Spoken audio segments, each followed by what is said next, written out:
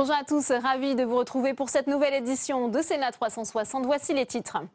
L'hommage de la nation à Michel Rocard, l'ancien Premier ministre qui s'est éteint il y a 5 jours. Un hommage très solennel rendu aux Invalides par le chef de l'État dans un discours très politique. Cet après-midi, une cérémonie a lieu rue de Solferino, au siège du Parti socialiste. Nous serons en direct dans un instant. Après 7 ans d'enquête, le parquet de Paris demande le renvoi en correctionnel de France Télécom et de son ancien patron Didier Lombard pour harcèlement moral. 60 salariés s'étaient suicidés entre 2007 et 2009 lors de la mise en œuvre d'une réorganisation drastique de l'entreprise. Brexit, travailleurs détachés, sélection à l'entrée de l'université. Voilà pour les thèmes des questions d'actualité au gouvernement de ce jeudi. Vous allez pouvoir les suivre en direct sur notre antenne dans moins d'un quart d'heure. Et je vous rappelle que vous pouvez réagir à tous nos débats sur Twitter, #Sénat 360. Pour m'accompagner cet après-midi, Saveria Rojek et Michael Zamès en direct du Sénat et Faustine Saint-Geniès en direct du Parti socialiste rue de Solferino à Paris. Le multiplex, c'est tout de suite.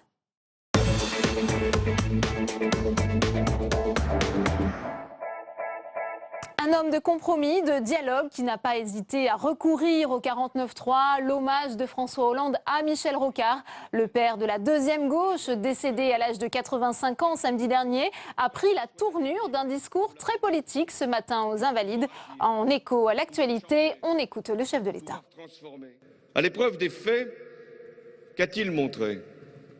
Que le compromis n'est pas une faiblesse, que la négociation n'est pas un défaut de volonté, et qu'on obtient toujours plus par le dialogue que par la confrontation.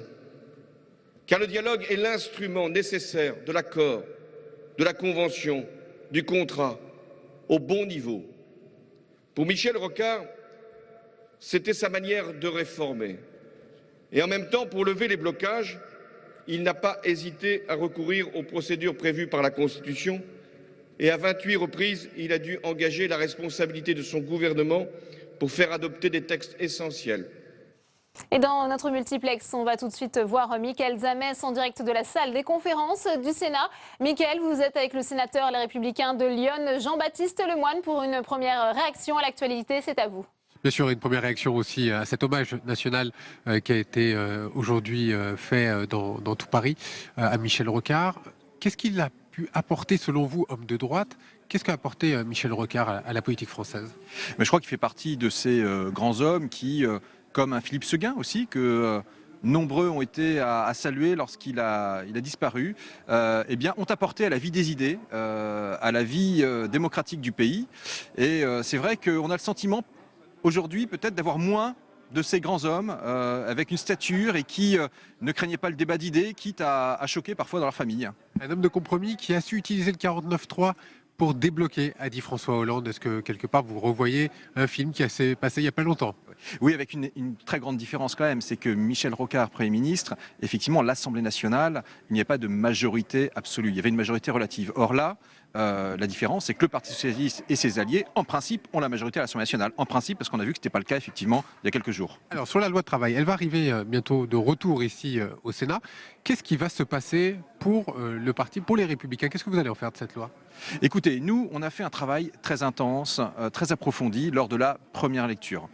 Pendant 15 jours, nous avons débattu dans l'hémicycle, il y a eu un gros travail en commission, et donc nous, on considère qu'on a rendu une copie. Cette copie, on constate que le gouvernement et la majorité à l'Assemblée nationale sont un peu essuyés les pieds dessus, qu'en réalité, il y a beaucoup de choses qui ont été enlevées, énormément. Pas d'accord avec vous? Oui, tout à fait. Et donc, on n'a pas vocation à refaire le débat une deuxième fois pour rien. On n'est pas là pour travailler pour rien. Et donc, considérant tous les reculs qui ont été actés depuis le début, depuis février jusqu'à aujourd'hui, eh bien, écoutez, nous allons débattu en groupe mardi et avec le président Milon, le président Retailleau, l'ensemble des membres du groupe, nous avons convenu de faire une motion de procédure pour, je dirais, renvoyer le texte à l'Assemblée pour une dernière lecture, puisque c'est l'Assemblée nationale qui a le dernier mot. Il n'y aura pas de deuxième débat au Sénat, vous confirmez, et le texte sera renvoyé quasiment immédiatement à l'Assemblée nationale. Tout à fait, c'est l'esprit, sachant que heureusement que le Sénat est là, que le bicamérisme est là, parce que le Sénat est la seule chambre où il y a eu un débat in extenso de l'article 1 à l'article 52. Et je crois d'ailleurs que tout le monde a pu s'en féliciter. Les opposants, quels qu'ils soient, comme les promoteurs du texte, parce qu'il y a eu un affrontement d'idées sur ce qu'on voulait faire les uns et les autres pour combattre cette fatalité du chômage. En tout cas, moi je me félicite d'une seule chose, c'est qu'effectivement il y a 2 avancées que nous avions fait au Sénat qui vont être gardées néanmoins. C'est le principe de neutralité dans l'entreprise pour lequel j'avais donné un avis favorable avec la ministre qui a été acté, un amendement de Françoise Laborde, et par ailleurs ce que j'appelle la notion de clause de retour à meilleure fortune dans les articles dédiés aux accords de compétitivité. Voilà, donc c'est pas grand-chose, mais ce sont 2 petits pas qui ont été faits grâce au Sénat. 2 petits pas, en tout cas. Merci beaucoup Jean-Baptiste Lemoyne d'avoir témoigné en direct sur notre antenne. Delphine, on se retrouve dans quelques instants avec d'autres responsables politiques qui viendront à notre micro. Merci beaucoup, Mickaël. Et je vous le disais, eh bien, les hommages se multiplient cet après-midi. C'est au siège du Parti socialiste rue de Solferino à Paris que la mémoire de l'ancien Premier ministre a également été saluée. Alors sur place se trouvait notre envoyée spéciale, Faustine Saint-Geniès, et elle a pu recueillir la réaction de l'ancienne ministre de la Culture et sénatrice socialiste des Yvelines, Catherine Tasca. On l'écoute. Catherine Tasca, sénatrice socialiste, mais aussi ancienne ministre de Michel Rocard durant 3 ans, de 88 à 91. Alors Catherine Tasca, vous qui l'avez connue, côtoyée, quel est pour vous l'héritage de Michel Rocard? Il est très grand et nous lui devons une très grande reconnaissance en tant que socialiste, en tant que progressiste tout simplement, parce que il avait une faculté d'entraînement extraordinaire. Moi, je l'ai connu au PSU en 68. On n'avait qu'une envie, c'était le suivre parce qu'il était convaincant et engagé. Au gouvernement, il a été un patron remarquable parce qu'il était à la fois un homme de décision et un homme d'écoute, de dialogue. Et le dossier sur lequel je l'ai le plus admiré, c'est celui de la Nouvelle-Calédonie. Il se trouve que dès le départ, en 88, il m'a intéressé à sa démarche. C'est un legs formidable parce que ça se concrétise sur un territoire et 30 ans après, nous sommes encore dans la démarche qui était la sienne. Ça, nous le garderons et j'espère que nous mènerons au bout l'engagement qu'il a pris vis-à-vis de la Nouvelle-Calédonie. D'autres choses, bien sûr, notamment tout son bilan social, va rester longtemps. J'observe d'ailleurs qu'aucun gouvernement depuis lors n'est revenu sur la CSG, sur le RMI. C'est quelqu'un qui se projetait dans l'avenir. C'est pour ça que tout ce qu'il a fait était durable, n'était pas un passage dans la vie politique. Et justement, est-ce qu'il n'a pas eu raison un peu tôt? C'est ce qu'on a pu entendre? Pas trop tôt. Ça lui a donné du souci parce que ça a suscité des controverses. Plus que des controverses, il avait des ennemis, Michel Rocard, dans la vie politique. Mais pas parce qu'il voyait trop loin, mais parce que les autres voyaient trop court. Est-ce que c'est pas un peu curieux, alors qu'il a été largement critiqué de son vivant, d'avoir la famille socialiste qui est enfin réunie pour lui rendre hommage? Écoutez, c'est déjà une prouesse de réunir la famille socialiste et ça on le lui doit aussi. C'est vrai qu'il n'a pas toujours été très bien traité, y compris dans son parti.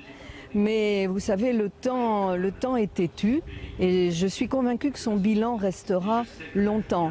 Et ce qu'il a fait de mieux, c'est de transformer la tête au moins de certains socialistes, de leur faire voir les vrais enjeux de la politique. C'est aussi sa manière de définir le contrat social, le dialogue, la négociation, en particulier avec les forces vives, et ça restera. Merci beaucoup Catherine Tasca, et quant à moi je vous retrouve très vite pour de nouvelles réactions en direct du siège du Parti socialiste.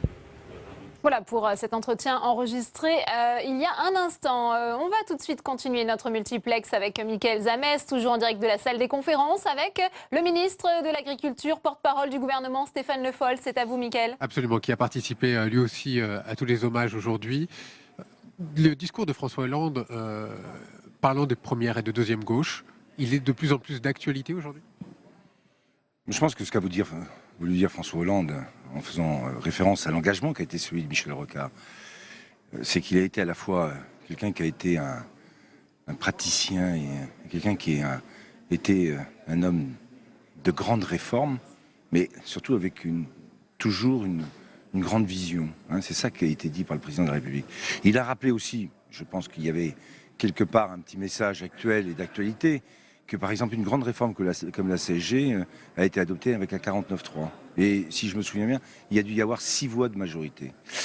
Donc tout ça, c'était un hommage à quelqu'un qui a marqué effectivement construction d'une gauche avec cette volonté de mobiliser les citoyens, les forces vives, le dialogue social, par rapport à une première gauche qui était beaucoup plus jacobine et étatiste. Ça a été dit par le président de la République. Et je crois qu'aujourd'hui, dans les débats qu'on a, on retrouve une partie de cet engagement de Michel Rocard au travers des sujets évoqués sur le dialogue social, sur peut-être même les questions qu'on se pose aujourd'hui sur cette question du dialogue social dans l'entreprise. Et de deux gauches qui peuvent se réconcilier également. Oui, bien sûr. Alors se réconcilier sur le fond. Après, les gauches institutionnelles aujourd'hui, celles qui sont dont les leaders peuvent s'exprimer, il y a des expressions qui, quelquefois aujourd'hui, laissent penser qu'il y a un côté irréconciliable aussi. C'est vrai, il y a des expressions de la gauche aujourd'hui sur la traîtrise, qui ont toujours existé d'ailleurs dans l'histoire, et qui donnent l'impression qu'il y a des gens qui ne veulent pas de réconciliation. Donc il faut être capable de leur rappeler l'histoire. Et il y avait beaucoup de monde pour célébrer Michel Rocard aujourd'hui. Et quelquefois des gens qui, à ce titre, ne prennent pas bien en compte ce qu'a été son message et son engagement. Donc un discours de François Hollande, vous l'admettez, avec quand même beaucoup de signaux envoyés à ce qui se passe en ce moment dans votre camp. Oui, mais c'est en même temps un discours qui correspond à ce qu'est la nature de François Hollande. Hein, on l'a souvent évoqué avec ce qui était sa conception aussi du compromis et de la synthèse au sein du Parti socialiste. C'était quand même quelque part l'idée qu'il y a des choses qui doivent être conciliables, parce que les compromis font avancer. Et c'est ce qu'il a dit aussi de manière assez forte. Stéphane Le Foll, évidemment, en une minute, il nous reste peu de temps. L'actualité, c'est évidemment ce match de foot ce soir, France-Allemagne. Alors, petit compromis aussi, là aussi, et surtout un petit pronostic. Là, il n'y a pas de compromis possible, puisque c'est un match de foot, donc il faut qu'il y ait un vainqueur. Je souhaite que ça soit la France. Pronostic, c'est toujours assez risqué de faire tout ça, mais enfin, allez, 2-0 pour la France. Allez, voilà, c'est parti, premier pronostic lancé par le porte-parole du gouvernement, Stéphane Le Foll. Merci beaucoup, Mickaël. On verra tout à l'heure si vous avez d'autres pronostics à nous annoncer. À la une de l'actualité aujourd'hui, c'est aussi ce revirement. Après 7 ans d'enquête, le parquet de Paris réclame un procès pour harcèlement moral à France Télécom et demande le renvoi en correctionnel de l'ancien PDG Didier Lombard après le suicide de 60 salariés. Marie Brémaud. Il évoquait une mode du suicide. C'était en 2009. Didier Lombard, alors à la tête du groupe France Télécom, faisait face à une vague de suicides de ses salariés. 60 personnes au total, dont 35 entre 2008 et 2009 se donnaient la mort. Alors, sur le chemin de la privatisation, le groupe voulait supprimer 22 000 postes et procéder à 10 000 changements de métier. Après 4 ans d'enquête, le parquet de Paris réclame aujourd'hui le renvoi au procès de Didier Lombard, mais également de 6 anciens hauts responsables du groupe de télécommunications. Le ministère public, dans ses réquisitions, dénonce un climat professionnel anxiogène. Incitation répétée au départ, mobilité forcée, surcharge ou absence de travail, réorganisation tout azimut. Mais pour le syndicat CFE-CGC, la qualification de harcèlement moral est insuffisante. Nous demandons à ce qu'il y ait une requalification en mise en danger de la vie d'autrui et homicide involontaire au regard de la gravité des faits, au regard de la violence sociale que ces dirigeants ont exercée. France Télécom, un nom désormais associé à la souffrance au travail. Première entreprise du CAC 40 à avoir été mise en examen pour harcèlement moral. Une peine d'inéligibilité de 5 ans, 2 ans de prison avec sursis et 9 millions d'euros d'amende ont été requis contre Serge Dassault, le sénateur Les Républicains de l'Essonne, qui est poursuivi pour blanchiment de fraude fiscale. On va tout de suite prendre la direction de l'hémicycle où nous attend Saveria Rojek. La séance de questions d'actualité au gouvernement va débuter dans un instant. Quels sont les thèmes cet après-midi, Saveria ?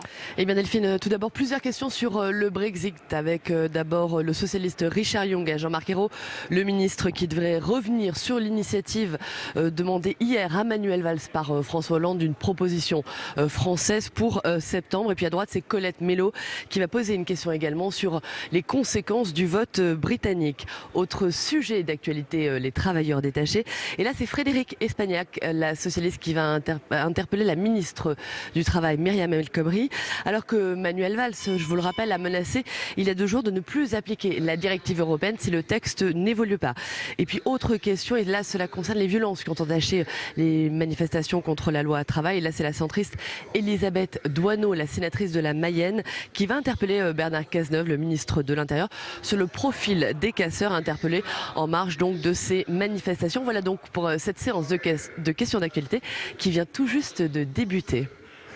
Merci beaucoup Saveria, effectivement en direction l'hémicycle et on se retrouve juste après pour le décryptage et l'analyse de cette séance. Immédiatement au président Philippe Bas pour le groupe Les Républicains. Monsieur le Président, ma question concerne la justice et je tenais à l'adresser au Premier ministre parce que dans la situation critique de nos finances publiques, lui seul dispose encore de quelques clés pour amorcer un redressement.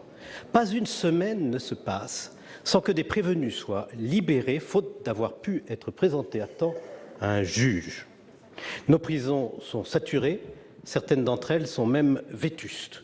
Nos tribunaux sont embolisés, aussi bien au civil qu'au pénal, en raison de l'aggravation de la délinquance. Les frais de justice ne sont pas payés en temps utile. Nos lois ne cessent d'alourdir les charges qui pèsent sur les tribunaux et un certain nombre d'entre elles sont inappliquées au point d'être devenues virtuelles. C'est le cas par exemple de la loi sur la contrainte pénale, faute de moyens. Les effectifs de magistrats et de greffiers votés par le Parlement ne sont pas pourvus. Dans ces conditions, je sais que le garde des Sceaux partage ce diagnostic. Un sursaut est indispensable. Ma question est-ce que le gouvernement est décidé à amorcer ce redressement nécessaire malgré le peu de temps qui lui reste pour agir? Pour vous répondre, la parole est monsieur le garde des Sceaux, ministre de la Justice, monsieur Jean-Jacques Urvoas. Vous avez la parole. Oui, merci Monsieur le Président. Je ne peux pas dire autre chose que ce qu'a dit Philippe Bas sur le constat. J'ai même d'ailleurs, il y a 5 mois, en prenant cette responsabilité, utilisé un terme qui a choqué. J'avais dit que c'était une institution qui était en voie de clochardisation. Le mot a choqué. Il n'aurait pas dû choquer, c'est la réalité qui était choquante. Et voilà pourquoi je dis en voie de clochardisation. Parce que c'est un risque que je pèse et c'est un combat auquel j'invite l'Assemblée nationale, le Sénat, l'ensemble des collectivités et évidemment l'ensemble des pouvoirs publics. Ce message est entendu, Monsieur le Président, vous le savez. Depuis maintenant plusieurs mois, tout le monde, le Premier ministre a dit, le Président de la République a répété que beaucoup avait déjà été fait. Parce que je ne suis que d'accord sur votre constat. Sur les réponses, nous avons déjà commencé à répondre. Depuis 4 ans, je l'ai déjà dit dans cette Assemblée, nous avons créé beaucoup de postes. Il y a aujourd'hui à l'École nationale de la magistrature plus de postes de magistrats qu'il n'en a jamais eu. Dans l'École nationale de l'administration pénitentiaire à Agen, il y a 868 surveillants de prison qui sont en formation. À l'École nationale des greffes à Dijon, il y a la plus grande promotion. À l'École de la PJJ à Roubaix, il y a la plus grande promotion. Donc beaucoup a été fait. Mais c'est vrai qu'il faut continuer l'effort. Les chiffres sont connus maintenant pour 2017, Monsieur le Président, puisqu'ils vont être évoqués tout à l'heure dans le débat d'orientation budgétaire que vous aurez. Le budget de la justice l'année prochaine est un très bon budget et je suis très fier d'être le ministre de la Justice qui va enregistrer la progression la plus forte depuis 2012. Au total, il va y avoir plus de 4,6% d'augmentation, 300 millions de plus. Il va donc avoir un budget qui va atteindre 6,9 milliards, parce que vous savez comme moi, Monsieur le Président, que ce n'est pas 8 milliards qu'il faut évoquer, mais 6,6 milliards. C'était le constat, puisque c'est hors casse pension. 300 millions de plus, Monsieur le Président. C'est considérable au regard de la modestie du besoin. Et donc, il faut continuer. J'espère que les années qui suivront vont continuer cette progression. Depuis 2012, nous avons fait progresser le ministère de la Justice de 14%. Jamais aucun gouvernement ne l'avait fait. C'est beaucoup, mais maintenant il faut parler vrai, disait Michel Rocard, il faut agir juste. Nous allons agir juste en dépensant à bon escient, mais nous verrons dans le débat avec le Parlement et singulièrement avec le Sénat la façon dont ce milliard seront répartis. De mon point de vue, ce n'est pas maintenant sur les créations de postes où il faut faire porter l'effort, mais sur les juridictions, puisque c'est là qu'est le besoin. Monsieur le Président Philippe Bas.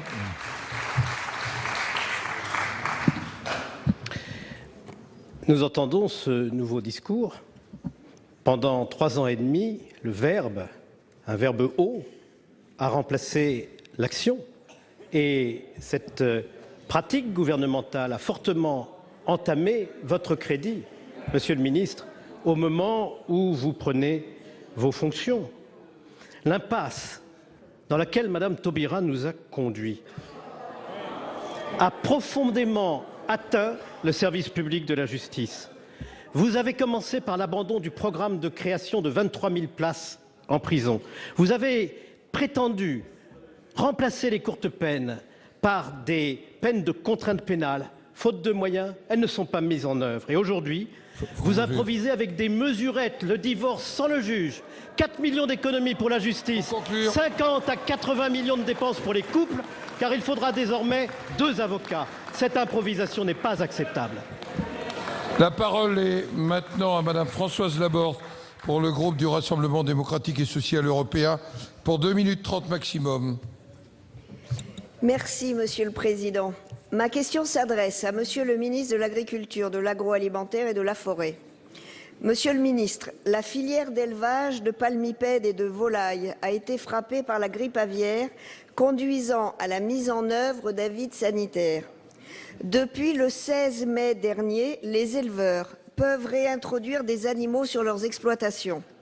Cependant, en prévention d'une nouvelle épizootie, ils doivent suivre de nouvelles recommandations sanitaires qui, sans doute adaptées aux élevages industriels, sont en revanche pour la plupart inapplicables aux petites structures. En outre, la multiplication de ces mesures stigmatise les fermes d'élevage de canards comme des sites à fort risque sanitaire. Pourtant, on sait que les souches d'influenza ont émergé dans des couvoirs et par le confinement d'animaux très favorables aux mutations et recombinaisons du virus, comme c'est le cas dans des élevages à forte concentration. La production fermière, par sa qualité et sa valeur ajoutée, pèse dans l'économie agroalimentaire, particulièrement dans le sud-ouest, qui me tient à cœur. J'ajouterai que l'activité de ces petites exploitations contribue au développement du tourisme rural et attire des projets pédagogiques initiés par les enseignants. Dans l'état actuel de la lourdeur du dispositif de prévention, l'accueil à la ferme est devenu pratiquement impossible. Il ne s'agit pas de remettre en question la gravité de l'épizootie aviaire, mais de demander la mise en place des mesures proportionnées au risque. Lors de votre déplacement dans le Gers le 13 mai, vous avez promis qu'aucun éleveur ne serait laissé pour compte. Cette filière attend toujours la transcription officielle de mesures d'assouplissement pour les producteurs. Êtes-vous en mesure, Monsieur le ministre, de déclarer un moratoire concernant l'arrêté de biosécurité applicable depuis le 1er juillet et de lancer dès à présent une réflexion sur de nouvelles fiches techniques adaptées aux exploitations fermières de petite taille? Je vous remercie. Pour vous répondre, la parole est à Monsieur Stéphane Le Foll, ministre de l'Agriculture et de l'Agroalimentaire. Monsieur le Président, Madame la sénatrice, d'abord, il y a un constat que je ne peux pas laisser passer. C'est celui qui vous a conduit à dire que ces mutations de virus étaient liées aux accouveurs et à la concentration dans les accouveurs des productions de volailles et de palmipèdes qui ont pu ensuite être mises en élevage dans les territoires que vous connaissez. Les mutations des virus, il y en a eu 3, N1H1, N1H2, N1H9. S'il vous plaît, la science étant quelque chose d'exact, ne laissons pas penser qu'on désignerait ici des coupables alors que les mutations qu'on a vues étaient extrêmement dangereuses et étaient liées à l'ensemble de ce qui pouvait se passer. Donc moi, je ne peux pas laisser dire ça. Ça, c'est le premier point, madame. Deuxième point, vous parlez des petits élevages. Il y a des mesures spécifiques, on les a appelées les élevages autarciques, que nous avons pris au moment du vide sanitaire, pour faire en sorte qu'on tienne, bien sûr, à la remise en exploitation de ces petits élevages. Mais c'est toujours la même question qui est posée. Et elle n'est pas facile. Si la question de l'influenza aviaire, c'est le risque qui est porté sur toute une filière, petits, moyens, grands élevages, nécessite des mesures de biosécurité pour éviter que ça se reproduise, la question qui est posée au ministre, est-ce qu'on les met en œuvre? Comment on les met en œuvre? On les adapte. Mais le ministre, dans sa responsabilité, il souhaite qu'une chose, c'est qu'après le vide sanitaire qui a été important, on ne se retrouve pas demain avec un même problème. Parce que là, Madame la sénatrice, on parlera de moins en moins de l'ensemble de cette filière. Il faut qu'on réussisse tous ensemble. Alors moi, je suis prêt à discuter des éléments, mais remettre en cause les règles de biosécurité, Madame la sénatrice, d'abord, ce n'est pas le ministre qui les a définies. Ce sont des vétérinaires. Ce sont des gens qui ont cherché, qui ont regardé, qui ont proposé des choses parce qu'ils considèrent que c'est comme ça qu'on va pouvoir éviter le retour de l'influenza aviaire. Donc dans ce domaine-là, je souhaite vraiment qu'on reste avec la rationalité scientifique nécessaire, l'adaptation politique nécessaire à des situations différentes, mais les objectifs et la stratégie, c'est redresser une filière pour lui redonner un avenir et pas de revenir à ce qu'on a connu, c'est-à-dire un risque sanitaire majeur qui remettrait tout en cause. 25 millions d'euros sont disponibles aujourd'hui, 21 millions d'euros ont été distribués pour tous les éleveurs. Tous les professionnels aujourd'hui considèrent que l'État a agi et réagi à la hauteur de la maladie et du problème sanitaire qui était posé. Madame Laborde, très vite. Très vite, Monsieur le Président, Monsieur le Ministre, j'ai bien entendu, je ne remets en cause ni le risque, ni les mesures que vous avez prises. Je serais simplement ravie que vous puissiez rencontrer les personnes concernées et nous surveillerons à Noël d'où viennent les foie gras s'ils ont bien subi le sas sanitaire. Je vous remercie. La parole est maintenant à notre collègue Esther Benbassa pour le groupe écologiste pour 2 minutes 30 maximum. Je demande à chacun de respecter son temps. Monsieur le Président, mes chers collègues, Monsieur le Ministre, en février 2012, dans un courrier adressé au réseau Éducation sans frontières, François Hollande prenait l'engagement de refuser la rétention des enfants. Il rappelait les conséquences graves de l'enfermement sur les plus jeunes et la condamnation de la France par la Cour européenne des droits de l'homme dans l'arrêt Popov du 19 janvier 2012. Mardi 28 juin dernier, les 5 associations présentes dans les 43 centres de rétention administrative dressaient leur bilan annuel. Le constat est inquiétant. Le placement en rétention concerne de plus en plus souvent des familles. Dans les CRA de métropole, leur nombre a plus que doublé par rapport à 2014, passant de 24 familles et 45 enfants à 52 familles et 105 enfants. La situation est encore plus préoccupante outre-mer, notamment à Mayotte, où 4 378 mineurs ont été enfermés. À ces familles s'ajoutent les mineurs isolés. La France ne refuse pas la rétention des enfants. Leur nombre était de 280 en 2015 contre 170 en 2014. Dans son rapport du 14 juin 2016, l'UNICEF relevait que 7009 enfants non accompagnés avaient effectué la traversée d'Afrique du Nord vers l'Italie au cours des 5 premiers mois de l'année. Un certain nombre d'entre eux certainement échouera sur le sol français. Ma question est simple. Monsieur le ministre, quand le gouvernement compte-t-il, en matière de protection des enfants, respecter ses engagements nationaux et internationaux et faire preuve de la plus élémentaire humanité? Je vous remercie.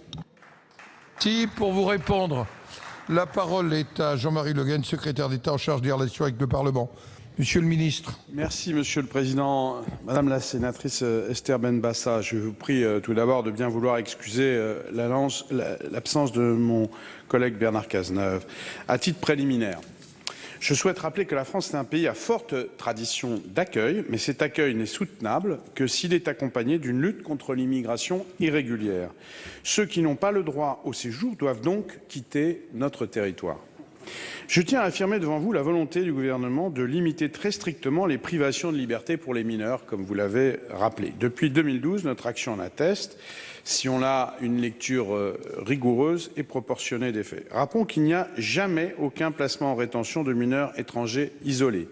Le 6 juillet 2012, par voie de circulaire, le prédécesseur de Bernard Cazeneuve a donné des instructions précises aux préfets, leur rappelant que les mesures d'assignation à résidence sont la règle pour la préparation de la mise en œuvre des mesures d'éloignement des familles faisant l'objet d'un refus de séjour ou d'une obligation de quitter le territoire français. L'assignation à résidence est donc la règle, le placement en rétention l'exception. Les situations que vous mentionnez sont rares. En 2015, sur 26 000 décisions de placement en rétention, seules 105 concernaient les mineurs placés en rétention avec leurs parents dans des centres adaptés. Comme vous le voyez, la rétention des mineurs est devenue exceptionnelle. Elle ne concerne en réalité que 2 cas de figure. Le cas des familles qui se sont soustraites de toutes les manières possibles aux éloignements et le cas des familles devant prendre un vol très tôt le lendemain matin. La loi du 7 mars 2016 a d'ailleurs introduit les modifications législatives pour rappeler et inscrire dans la loi ces garanties. Nous avons donc œuvré pour que l'intérêt supérieur de l'enfant soit scrupuleusement respecté dans des situations humainement complexes.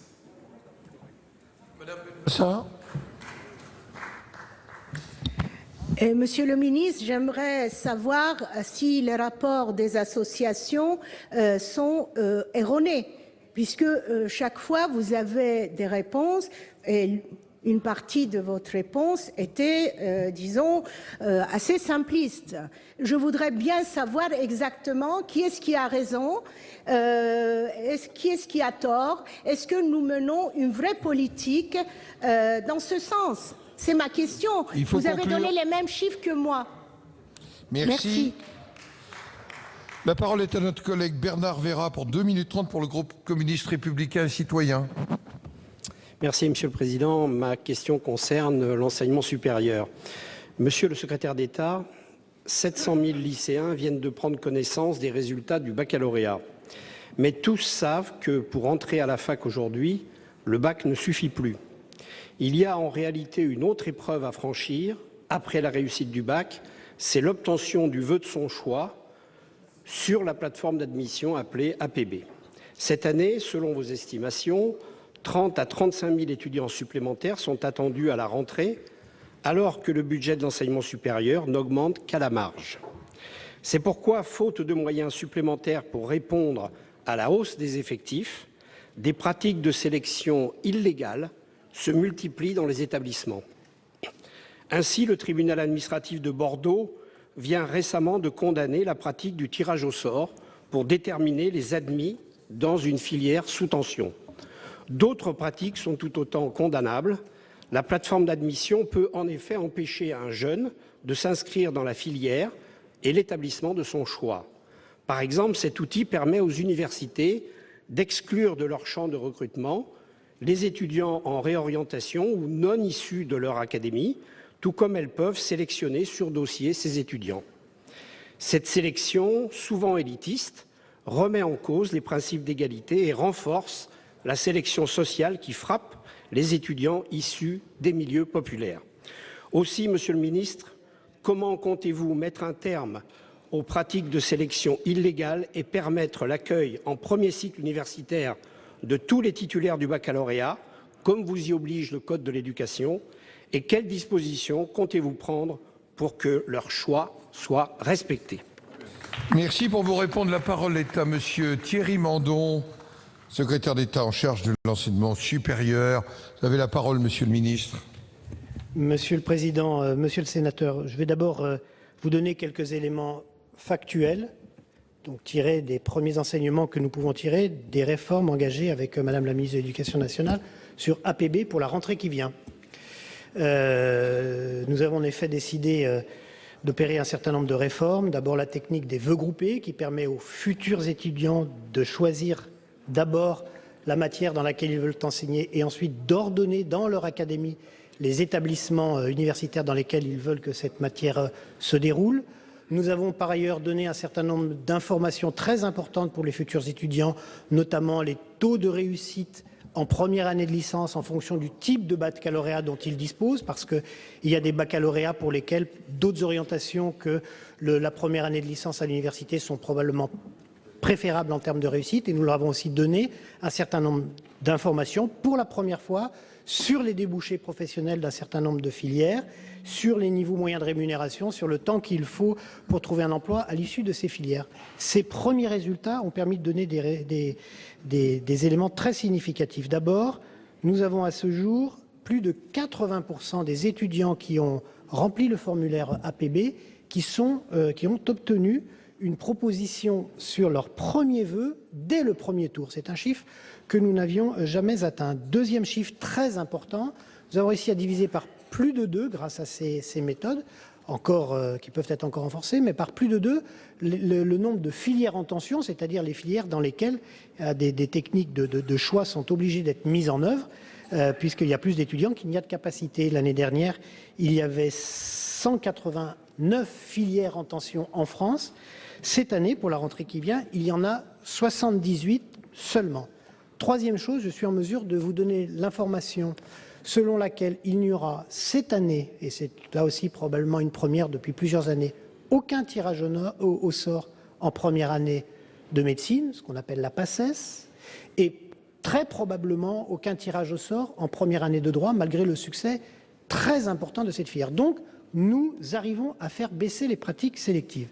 J'ajoute, pour être tout à fait complet sur la sélection, que nous souhaitons que dans les futures améliorations d'APB, les critères sur les filières reconnues comme sélectives pour classes préparatoires grandes écoles, IUT, STS depuis des années, les critères de refus des candidatures soient rendus publics.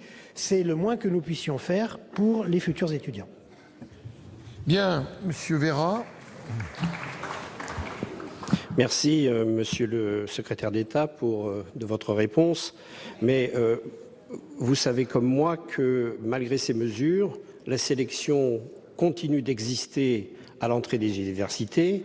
Et aujourd'hui, les universités ne sont pas en capacité d'accueillir l'ensemble des candidats en fonction de leur premier choix. Cela est le résultat de votre politique, qui est qualifiée par le rapport de la STRANES comme une politique de réduction aveugle des déficits publics. Et une autre voie est d'ailleurs possible, qui est aussi proposée par le rapport de la STRANES, c'est celle qui préconise d'exclure les budgets de l'enseignement supérieur des calculs des déficits publics. Ce serait là une politique de gauche, une politique qui était attendue, faut conclure une politique de justice et d'égalité. Merci. La parole est maintenant à notre collègue Richard Yung pour 2 minutes pour le groupe socialiste et républicain. Monsieur le Président, Monsieur le Ministre, mes questions portent sur le Brexit. La première question, c'est en quelque sorte le calendrier. Nous voyons que le Royaume-Uni cherche à retarder le plus tard possible la notification de sa sortie de l'Union européenne. Ce n'est certainement pas une bonne chose, ni pour l'Union, ni pour la France. Le président de la République a indiqué qu'il était partisan de la fermeté en la matière. Ma question est donc de savoir comment agir vis-à-vis du Royaume-Uni. Deuxième question, plus générale. Le Conseil européen se réunira à Bratislava en septembre pour débattre, une fois de plus, si j'ose dire, sur l'avenir de l'Europe, la relance de l'Union, les différents scénarios possibles. Pouvez-vous nous indiquer quelles seraient les propositions françaises dans ce domaine-là? Et troisième point concerne les communautés communautaires des citoyens de la communauté au Royaume-Uni. Nous avons compris des déclarations de Madame May, possible Premier ministre, qu'elle considérait que leur statut d'avenir faisait partie ou ferait partie du paquet global de négociations. Il me semble que la France devrait lui dire que ce n'est pas une façon de procéder, que ce n'est pas une approche amicale et que ce n'est en tout cas pas l'approche que la France apportera au statut des Britanniques en France. La parole pour vous répondre est à Jean-Marc Ayrault, ministre des Affaires étrangères et du Développement international. Merci, Monsieur le Président. Monsieur le sénateur Richard Yung, vous avez bien présenté la question ou les questions qui se posent après la décision du peuple britannique de quitter l'Union européenne. C'est vrai que c'est un choc. Il faut être conscient de la gravité de cette décision, mais je crois qu'il faut la respecter. D'abord, j'imagine mal que le futur Premier ministre, après le long processus dans lequel s'est engagé le Parti conservateur, effacera le vote populaire. Donc, toutes les difficultés sont devant nous. Les difficultés, c'est comment faire pour que nous trouvions une solution équitable, mais qui respecte le droit, c'est-à-dire d'abord commencer par appliquer l'article 50 du traité européen qui prévoit les conditions dans lesquelles la sortie d'un pays est possible. Nous n'avons pas d'expérience. Ce qui est regrettable, c'est que les partisans du Brexit, qui ont mené une campagne purement démagogique en utilisant le mensonge, je pense notamment à la question d'immigration, je pense notamment à la contribution financière de la Grande-Bretagne, aujourd'hui sont complètement dépourvus de réponse pour expliquer ce qui va se passer au peuple britannique lui-même, au point même que, voyant la difficulté, ils renoncent à continuer leur combat politique. C'est vrai pour Boris Johnson, c'est vrai pour M. Farage. Donc il y a là une situation qui est inacceptable du point de vue de l'intérêt même du peuple britannique, mais aussi de l'intérêt même des Européens, puisque nous sommes rentrés dans une période d'incertitude. Incertitude, on le voit tous les jours, sur le plan financier, incertitude sur le plan économique, mais incertitude aussi sur le plan politique. Donc, il faut effectivement que la situation se clarifie en Grande-Bretagne, mais ça ne dépend pas directement de nous, et j'espère que très vite, le futur Premier ministre dira à l'Europe, voilà, nous notifions notre décision et nous engageons la discussion. Il y a deux discussions, deux négociations. L'une qui porte sur les conditions de sortie, c'est l'article 50, et une autre qui doit commencer parallèlement, c'est quel statut demain pour la Grande-Bretagne dans son rapport avec l'Union européenne. Le Conseil du 29, la France y a pris sa part, a été clair. L'Europe, ce sont des règles communes. Et le grand marché, l'Union européenne, c'est aussi des libertés. Mais on ne peut pas rentrer dans l'Europe à la carte. Ces 4 libertés du grand marché unique, c'est bien sûr la liberté de circulation des biens, des capitaux, des services et des personnes. Donc ça ne peut pas être une autre base de discussion que celle-ci. Donc je crois que cette négociation va se faire dans la clarté, elle doit aussi se faire dans le respect, et je crois qu'en effet, il a été utile de rappeler que certains comportements à l'égard des ressortissants européens, je pense aux Polonais, je pense aux Français, je pense aux Portugais, étaient inacceptables. Il était utile que le Premier ministre en charge aujourd'hui rappelle les règles de bien vivre ensemble en Europe. Merci. Monsieur Young, vous souhaitez... Non ? La parole est maintenant à notre collègue Elisabeth Doineau pour le groupe Union des démocrates et indépendants Union centriste pour 2 minutes. Monsieur le Président, ma question s'adresse au garde des Sceaux, ministre de la Justice. Monsieur le ministre, désormais, lors de toute manifestation, la présence de casseurs, de hordes de casseurs, devrais-je dire, est devenue systématique. Si le terme même de casseur est vague, par contre, leurs actions sont déterminées et extrêmement organisées. Ces individus masqués, dissimulés, sous des masques, des casques, des bonnets, des foulards, habillés le plus souvent en noir, insultent les forces de l'ordre, détruisent le mobilier urbain, cassent les vitrines des magasins, brûlent des voitures, s'attaquent aux institutions. Dernièrement, à l'hôpital Necker, ce qui a particulièrement et justement ému l'opinion. Bref, c'est un concentré de violence. Ma question est donc toute simple, Monsieur le Ministre. Suite aux arrestations de quelques-uns de ces casseurs, pouvez-vous nous dire, au-delà d'un profil, qui se cache derrière ces masques, qui sont ces individus, ces insurgés, ces manifestants violents? Pour vous répondre, la parole est à Monsieur le garde des Sceaux, ministre de la Justice.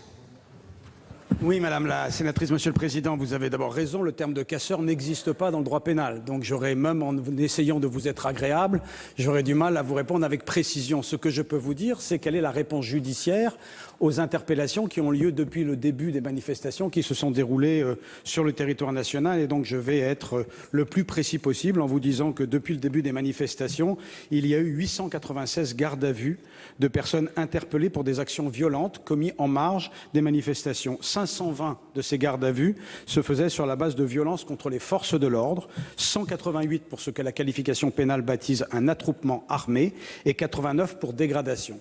Sur qui sont ces individus, puisque c'est votre question, c'est extrêmement difficile de vous répondre. Je peux simplement vous dire qu'en prenant simplement les gardes à vue de Paris, 72% d'entre eux n'avaient jamais été condamnés et étaient même complètement inconnus de mon ministère, c'est-à-dire des différents services qui composent les directions de la chancellerie. Concernant les peines prononcées, là aussi je vais être précis, 32 personnes ont fait l'objet d'une peine d'emprisonnement ferme, totale ou partielle. 69 ont été condamnés à des peines d'emprisonnement, assorties avec sursis, 36 avec un sursis simple, 23 avec un sursis de mise à l'épreuve, 8 ont fait l'objet de peines d'amende, 10 ont fait l'objet de peines de substitution et 49, ce sont des mineurs dans le cas d'espèce, ont fait l'objet de sanctions éducatives. Voilà, madame la sénatrice, excusez-moi, je suis fatigué aujourd'hui. Madame la sénatrice, voilà les réponses que je peux vous donner. Je suis désolé de ne pas répondre à votre question précise, mais un casseur, le droit pénal ne connaît pas, il connaît que les infractions parfaitement balisées. Chers collègues. J'entends bien ces chiffres, Monsieur le Ministre, mais ça laisse place à toutes les spéculations, notamment des médias, parce qu'on entend parler de groupes politisés, de militants, de syndicalistes, d'antisystèmes, de révolutionnaires, d'anarchistes, de libertaires, de zadistes, jeunes ou moins jeunes, étudiants, lycéens, chômeurs ou non, étrangers ou pas. Toutes ces spéculations sont possibles et rien n'est pire. Laisser la place au doute, c'est laisser la place aux peurs. Difficile donc d'agir en termes de prévention, de réparation et même de punition, malgré ce que vous avez dit. Sans aller à l'encontre des principes de l'état de droit, des mesures doivent être prises pour arrêter et condamner ces casseurs, vous l'avez dit, mais leur identification est indispensable. Je constate, Monsieur le Ministre, par ailleurs, que votre parti n'ose plus organiser ses universités d'été à Nantes par crainte des débordements. Mais dans quel pays vit-on ?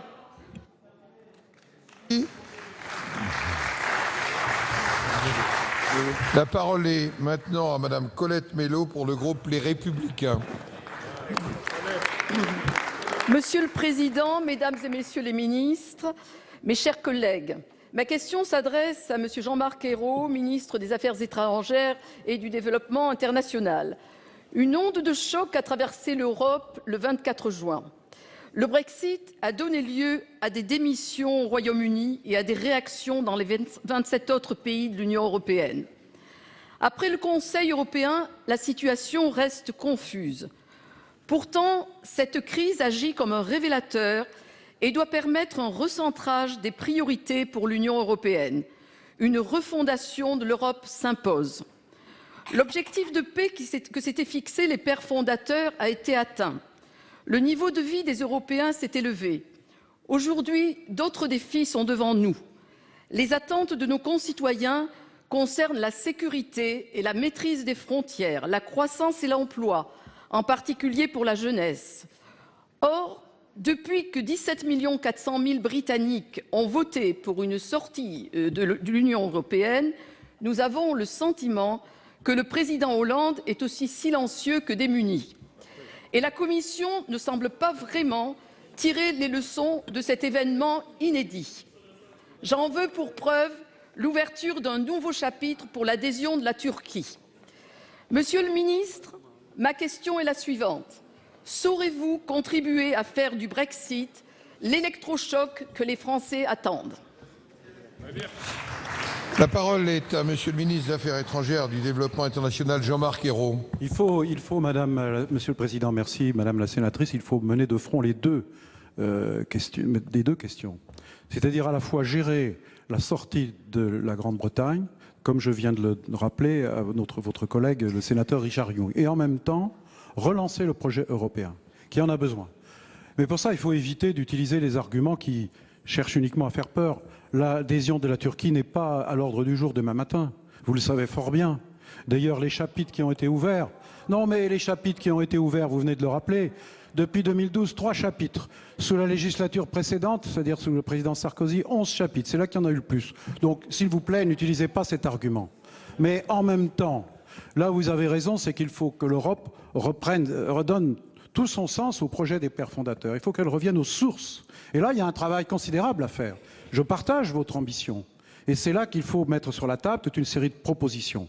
J'ai moi-même, avec mon homologue, Frank-Walter Steinmeier, ministre des Affaires étrangères de la République fédérale d'Allemagne, fait des propositions qui portent à la fois sur le thème de la sécurité, sécurité intérieure, sécurité en dehors de nos frontières, le nouveau défi stratégique, comment aborder aussi la question migratoire dans la clarté, la solidarité, en distinguant les réfugiés des migrants économiques, comment organiser notre relation entre l'Europe et l'Afrique, et puis également la question de l'avenir, des investissements d'avenir, la croissance et l'emploi, et puis enfin l'approfondissement de la zone euro qui est nécessaire. Et puis tout en travaillant sur la question d'un meilleur fonctionnement de toutes les institutions européennes, sans systématiquement dire c'est la faute à la Commission, parce que ça c'est un peu une facilité, et puis en même temps de prendre à bras-le-corps la question de la jeunesse. Nous avons été capables de faire Erasmus, maintenant il faut aller beaucoup plus loin, donner des signes concrets pour que l'Europe retrouve son élan, retrouve sa force. C'est notre responsabilité, c'est pour ça que le Conseil européen a décidé d'un conseil extraordinaire qui aura lieu le 16 septembre à Bratislava. D'ici là, rassurez-vous, la France continuera d'apporter ses propres propositions pour les mettre en débat et faire à nouveau avancer l'Europe. Madame Mello. Monsieur le ministre, les Français attendent une réponse politique et veulent que nous sortions de la logique technocratique.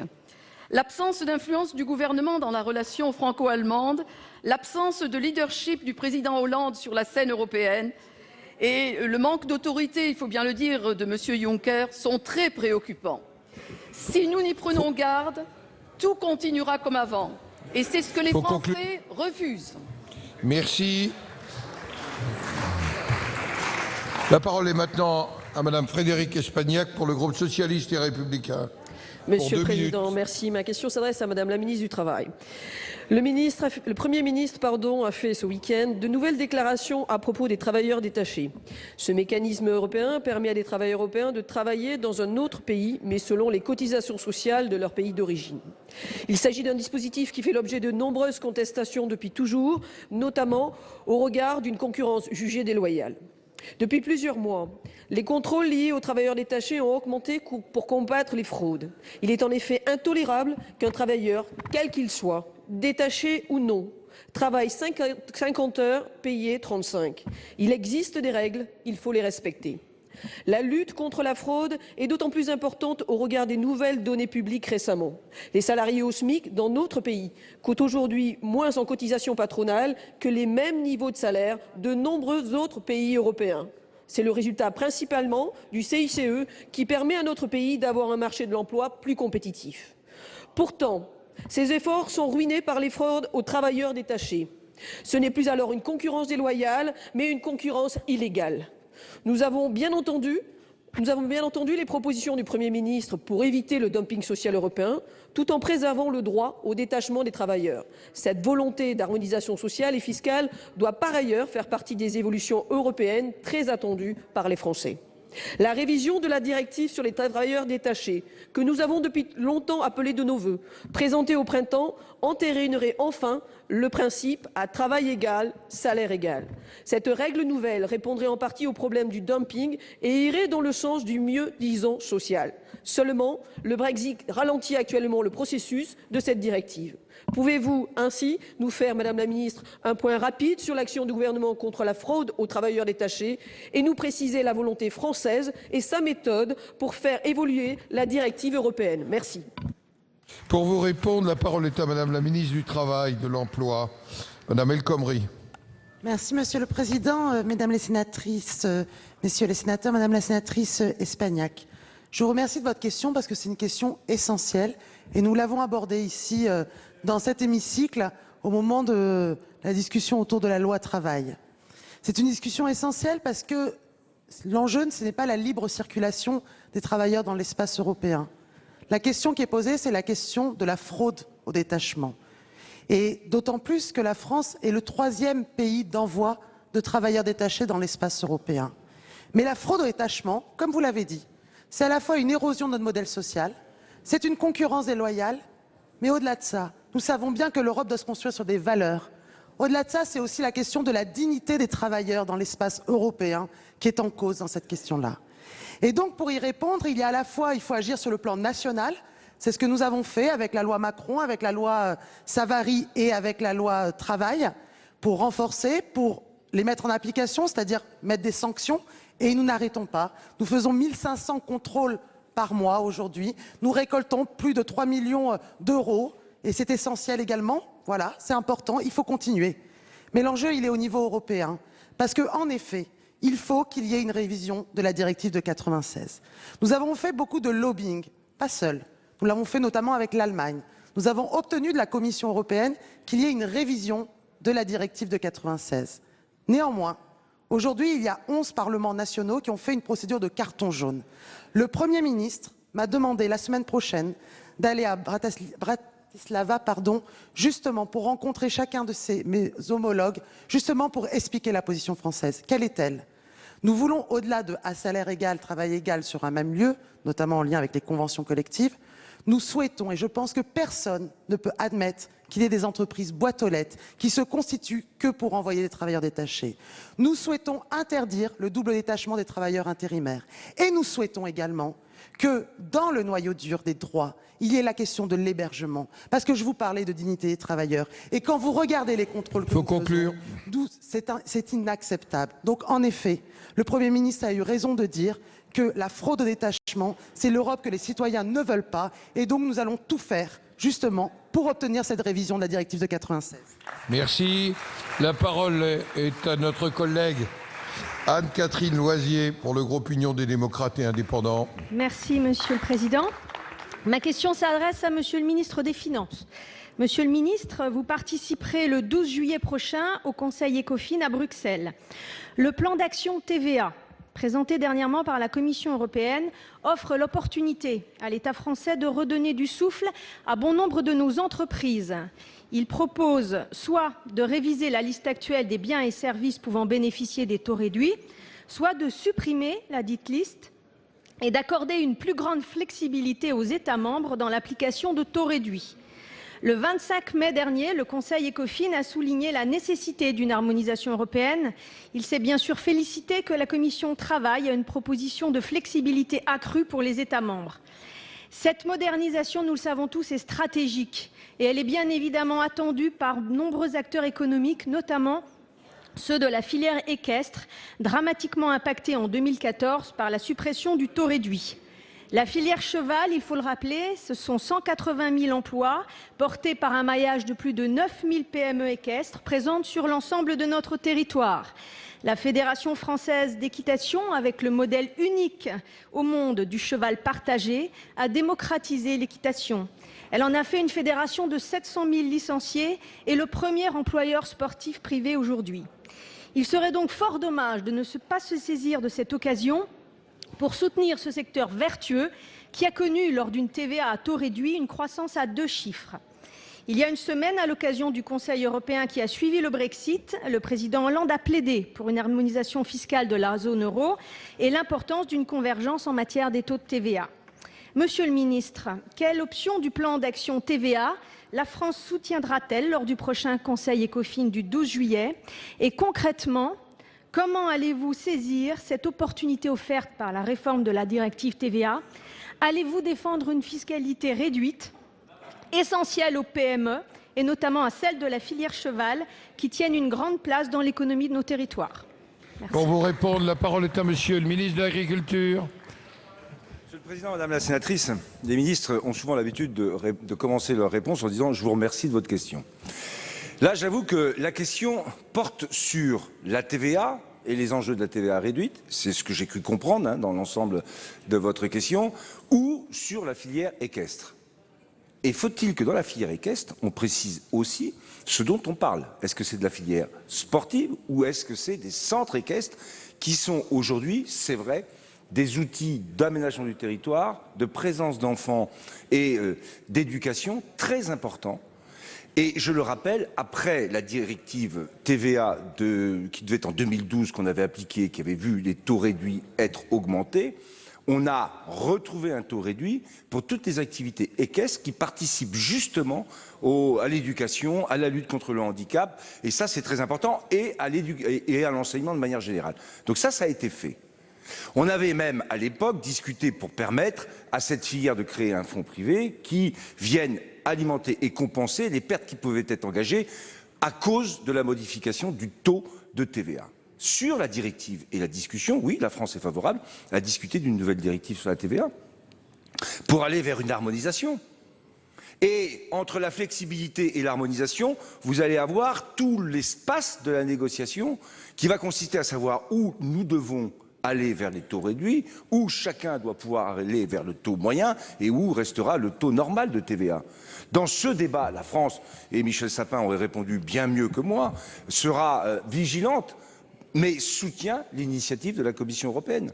Et sur la TVA réduite, bien sûr, tout ce qui pourra être négocié et qui intégrera la TVA réduite dans un certain nombre d'activités avec des objectifs d'intérêt général devra être fait. Ça me paraît être un enjeu tout à fait défendable aujourd'hui. Voilà, Madame la sénatrice, la filière équestre est une filière importante. Les centres équestres sont un enjeu territorial et social très important. Il faut être là et présent pour les soutenir. Quant au débat sur la TVA à l'échelle européenne, il nécessite évidemment que la France soutienne cette initiative de la Commission. Merci. La parole est à notre collègue Jacques Grosperrin pour le groupe Les Républicains et 2 minutes maximum. Ma question s'adresse à Madame la ministre de l'Éducation nationale et j'aurai plaisir d'écouter la réponse de Monsieur Mandon. Les résultats du baccalauréat viennent d'être rendus possibles et dans l'attente des euros, bien sûr, ils seront cette année encore excellents. Il faut s'en réjouir, mais cette apparente excellence masque une réalité fort différente. On va célébrer des résultats alors que notre système éducatif décroche. PISA et les évaluations internationales le montrent. L'école de la République est en danger parce que la politique de Madame la ministre est idéologique, c'est un nivellement par le bas. Est politique dans la mesure où électoraliste, dans la mesure où on annonce aujourd'hui qu'il y aura de la création de postes de 60 000 enseignants alors qu'on sait que là n'est pas le problème et c'est un problème structurel. Elle est également politique, démagogique en faisant croire que tout le monde peut faire des études longues.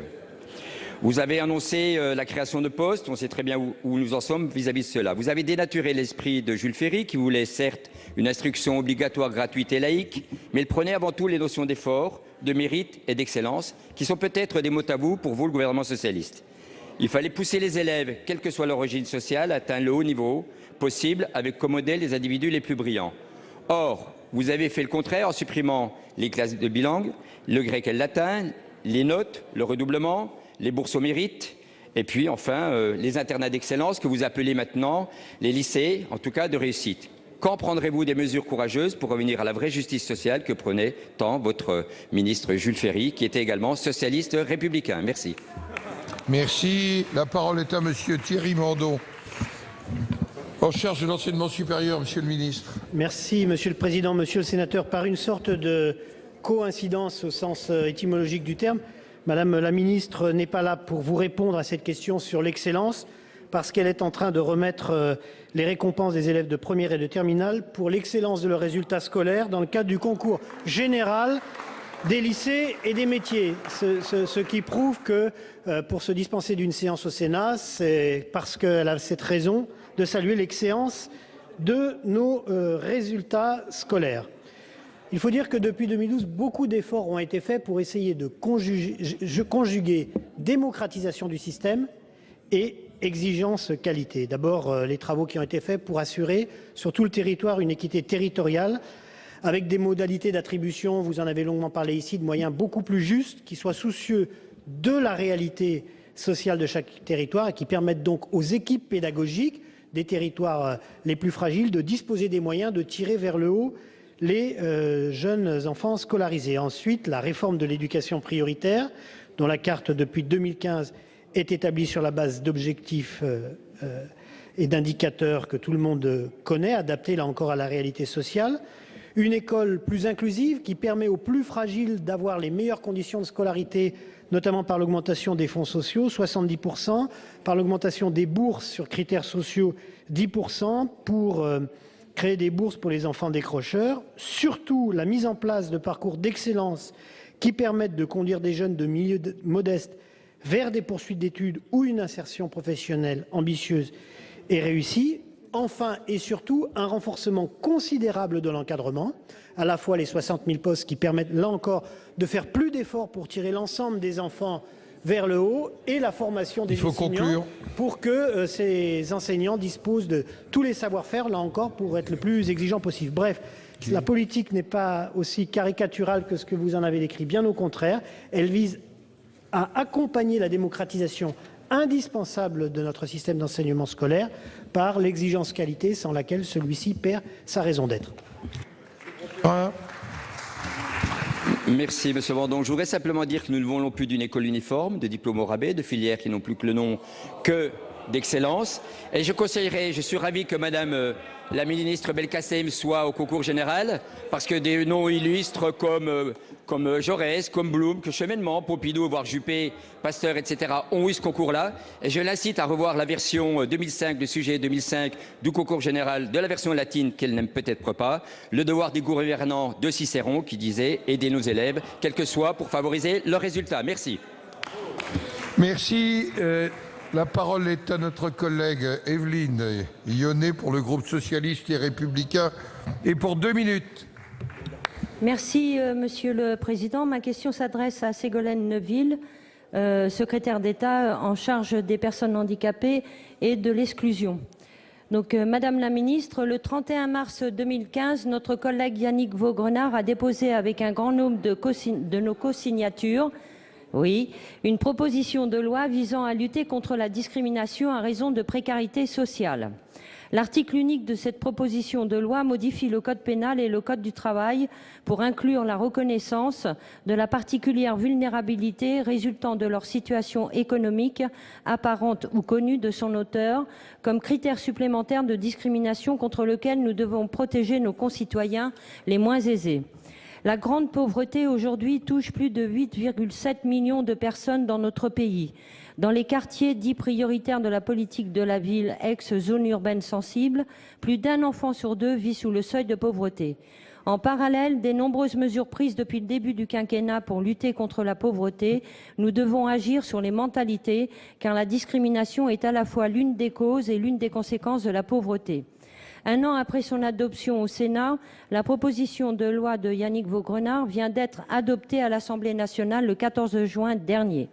Par conséquent, Madame la Ministre, ma question porte d'une part sur les actes que l'exécutif compte prendre pour garantir la pleine application de cette proposition de loi et d'autre part sur le calendrier d'adoption. Je vous remercie. Pour vous répondre, la parole est à Madame Ségolène Neuville, secrétaire d'État en charge des personnes handicapées et de la lutte contre l'exclusion. Madame la Ministre, pour 2 minutes.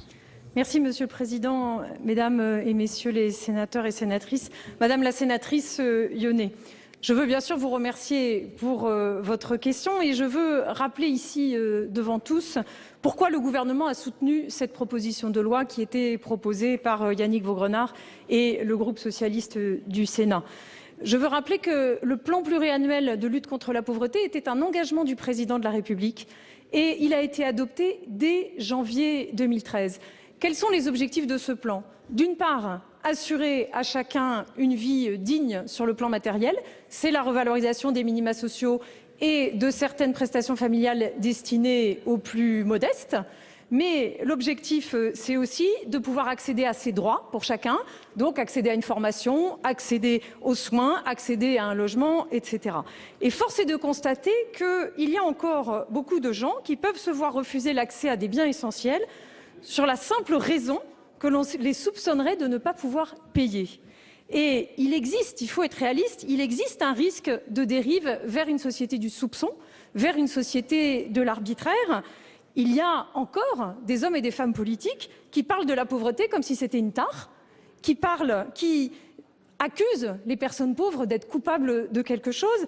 Et on voit bien donc qu'il faut rester vigilant. Et c'est bien la raison pour laquelle il faut que nous avons ce devoir d'objectivité qui nous oblige à imposer de nouvelles limites. Et cette PPL a imposé de nouvelles limites. Alors pour ce qui est des modalités d'application, je veux vous dire qu'il ne s'agit pas d'un simple étendard que l'on brandirait pour se donner bonne conscience. Oui, ce nouvel arsenal juridique donnera bien lieu, il devra donner lieu à des peines pour qu'il puisse jouer pleinement son rôle de sanction et qu'il joue aussi son rôle de dissuasion de comportements discriminatoires. C'est de cette façon d'ailleurs que nous avons pu faire reculer le racisme, l'homophobie, le sexisme. Eh bien, il en est de même pour la discrimination liée à la précarité. Et je veux vous dire, pour terminer, que cette loi, elle vise à redonner confiance à celles et ceux qui ont perdu espoir parce qu'ils se sentent discriminés, parce qu'ils sont pauvres. Eh bien, aujourd'hui, il faut qu'ils le sachent. Vous avez le droit de votre côté. Vous devez retrouver confiance. Madame Yonnet, quelques secondes. Oui, merci à Madame la Ministre. Je pense que les associations caritatives et humanitaires qui ont soulevé ce genre de problème seront heureuses d'entendre ce que vous venez de dire. Mais nous attendons toujours l'application dans le Code pénal et dans le Code du travail. Merci. La parole est maintenant à Monsieur Gérard César pour le groupe Les Républicains et pour 2 minutes. Merci, Monsieur le Président. Mesdames et Messieurs les ministres, mes chers collègues, ma question s'adresse à Madame la ministre des Affaires sociales et de la Santé. Le 13 juin dernier, la Cour des comptes a publié un rapport sur les politiques de lutte contre les consommations nocives d'alcool. Ce rapport recommande de mettre en œuvre tous les leviers disponibles pour faire baisser la consommation moyenne d'alcool dans l'ensemble de la population et non plus de lutter contre les excès de consommation, fondement même des politiques de santé publique. Cette approche semble remettre aussi en cause toute idée de consommation modérée. Les actions préconisées dans ce rapport visent à relever fortement la fiscalité, supprimer les repères de consommation, limiter la publicité, augmenter les contrôles et les sanctions. Elles n'affichent ni priorité, ni objectif clair et ne correspondent pas à la réalité du terrain et pas davantage aux véritables enjeux de santé publique. C'est le vin qui est particulièrement ciblé. Nous savons tous que ce n'est pas le produit qui pose problème, c'est l'excès, le comportement à risque. C'est pourquoi, Madame la Ministre, je souhaiterais connaître, en y associant tous mes collègues des différents bancs de l'hémicycle, quelle suite le gouvernement va donner à ce rapport. Pour vous répondre, la parole est à Madame la Ministre des Affaires sociales et de la Santé, Madame Marisol Touraine. Oui, merci Monsieur le Président, Mesdames et Messieurs les sénateurs. Monsieur le sénateur, vous vous êtes effectivement illustré en menant la bataille pour mettre à bas une partie de la loi Evin qui encadrait la publicité sur l'alcool à l'occasion d'une loi de santé publique. Et vous avouerez, Monsieur le sénateur, que ça n'est pas à l'occasion de débats sur la santé publique qu'il est le plus opportun de s'interroger sur l'impact de la publicité. Mais je vois que vous avez de la suite dans les idées et qu'au moment où la Cour des comptes sort un rapport sur la nécessité de jouer, si j'ose dire, ou de s'appuyer sur tous les leviers possibles pour faire reculer la consommation excessive d'alcool lorsqu'elle existe, vous voulez, là encore, mettre bas les politiques qui sont menées. Et nous avons observé j'ai observé avec beaucoup d'intérêt les préconisations de la Cour des comptes en constatant que les politiques publiques nécessaires sont engagées, qu'elles ont besoin d'être relayées. Je rappelle à chacune et à chacun ici que l'alcool est responsable de 50 000 décès par an dans notre pays et que nous devons donc faire en sorte que la prévention soit renforcée, que l'information en direction des jeunes le soit. C'est ainsi que des dispositions ont été adoptées dans la loi de modernisation de notre système de santé, que nous avons besoin d'encadrer les messages publicitaires, que nous avons besoin de mettre en place des avertissements et de former les professionnels de santé. C'est ce que nous faisons en direction des jeunes avec des consultations spécifiques pour les jeunes qui sont dépendants de l'alcool comme d'autres substances. Nous formons les professionnels de santé et le gouvernement avancera résolument en matière de santé publique pour faire en sorte que la consommation excessive d'alcool soit moins responsable de décès dans notre pays. Monsieur César. Oui, quelques mots. La priorité est en effet de privilégier l'éducation, la prévention et la protection, en particulier des jeunes et des populations à risque. Je vous rappelle, Madame le Ministre, que la consommation de vin dans notre pays a baissé de façon constante, moins 66% en 50 ans et moins 20% ces 10 dernières années. Et pourtant, les problèmes demeurent. Il paraît possible, et ce n'est pas contradictoire, de concilier atouts économiques et santé publique pour permettre une consommation responsable, culturelle, de plaisir et en accord avec la défense de notre patrimoine culturel, économique et gastronomique. Je rappelle que la France compte à son actif 10 millions de nos touristes par an et enregistre un chiffre d'affaires de 11 milliards d'euros à l'export. Et je voudrais dire, contrairement à ce que vous pensez, Madame la Ministre, la loi Evin n'a pas été détricotée par le Parlement, l'Assemblée nationale et le Sénat. Elle a été clarifiée et permet une meilleure communication. Merci. Les prochaines questions d'actualité au gouvernement, mesdames et messieurs les ministres, je vous remercie, mes chers collègues, auront lieu mardi prochain, 12 juillet, retransmises sur Public Sénat et sur notre site internet. Je vais suspendre jusqu'à 16h25. Voilà pour cette séance de questions d'actualité au gouvernement que vous avez pu suivre en direct sur l'antenne de Public Sénat. On va tout de suite retrouver Saveria Rojek pour une première analyse de cette séance. C'est à vous, Saveria. Eh bien Delphine, tout d'abord une question sur les moyens de la justice, une question de Philippe Bas, le président Les Républicains de la commission des lois. Philippe Bas qui demande un sursaut au gouvernement. Jean-Jacques Urvoas qui a repris une expression qu'il avait déjà employée d'institution en voie de clochardisation.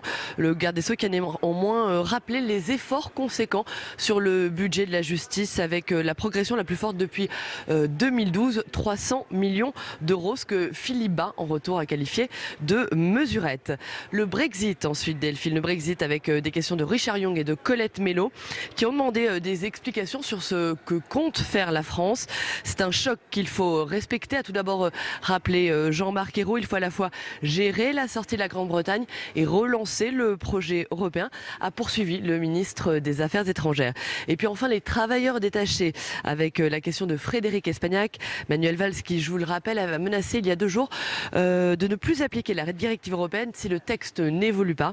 Eh bien, Myriam El Khomri, la ministre du Travail, a rappelé que le vrai problème était la fraude au détachement. La ministre qui a demandé une procédure de révision de la directive de 1996. Voilà Delphine donc pour cette séance de questions d'actualité. Merci beaucoup Saveria pour ces précisions. Avant d'analyser cette séance avec mon invité sur ce plateau, le sénateur le socialiste du Val-de-Marne, Luc Carvounas. Bonjour. On va continuer notre multiplex et on va retrouver Mickaël Zamès en direct de la salle des conférences avec le secrétaire d'État au budget, Christian Eckert. C'est à vous Mickaël. Oui, parce qu'on a 2 petites questions à poser au secrétaire d'État au budget. Il n'y a eu pas beaucoup d'annonces ces derniers jours, notamment celle des Échos hier. 50 milliards, le plan du gouvernement, 50 milliards d'économies. Finalement, le gouvernement n'appliquera pas ces 50 milliards. Est-ce qu'elle en est la raison, M. Eckert? D'abord, on verra au bout du bout combien d'économies auront été réalisées sur les 3 derniers exercices. Ce qui est important, c'est de s'engager et de tenir le déficit public. Parce qu'il n'y a pas que les dépenses, il y a aussi le solde, c'est-à-dire le résultat de fin d'année. D'ailleurs, nous allons examiner le solde de 2015. On avait les mêmes reproches l'année dernière. On nous disait en 2015, vous ne respecterez pas vos engagements. On a fait un déficit inférieur largement à celui qui était prévu et nous posons des objectifs pour 2017 à 2,7% de déficit public. C'est l'engagement que nous prenons et les 3 dernières années, tous ces engagements étaient tenus.